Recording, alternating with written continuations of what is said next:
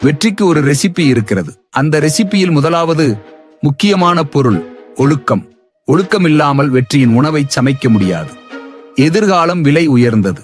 அதை வென்றெடுக்க ஒழுக்கம் தேவையான கடவுச்சொல். முயற்சி செய்ய ஊக்கம் போதும், ஆனால் தொடர ஒழுக்கம் கட்டாயம். நீங்கள் தேர்வை முடித்தாலும் வாழ்க்கை தொடர்ந்து உங்களை பரீட்சை செய்கிறது.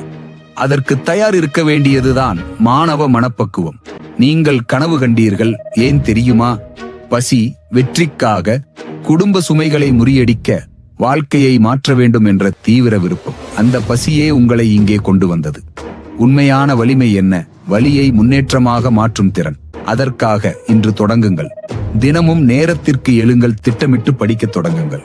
ஒவ்வொரு நாளும் சிறு முன்னேற்றத்தை நோக்கி சென்று விடுங்கள். தோல்வியை கூட வெற்றிக்கான ஒருபடியாக பாருங்கள்.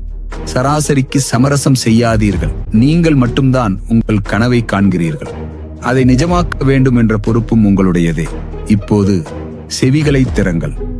உங்கள் எதிர்கால சுயம் உங்களிடம் பேசுகிறது. விடாமல் இருந்ததற்கு நன்றி. உணர்வுகளில் மூழ்காமல் முன்னேறியதற்கு நன்றி. உணர்ச்சி பாதிப்புகள் உங்கள் முன்னேற்றத்தை தடுக்க விடாததற்கு நன்றி.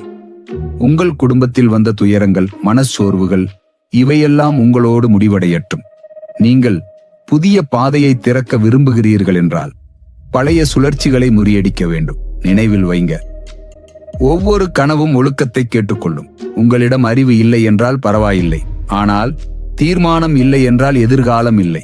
நம்பிக்கை இருந்தால் நடத்தை மாறும். நடத்தை மாறினால் வாழ்க்கை மாறும். நீங்கள் உங்கள் கனவை நம்புகிறீர்களா? அப்படியானால் இன்று உங்கள் வாழ்க்கையும் அந்த நம்பிக்கைக்கு ஏற்ப மாறட்டும்.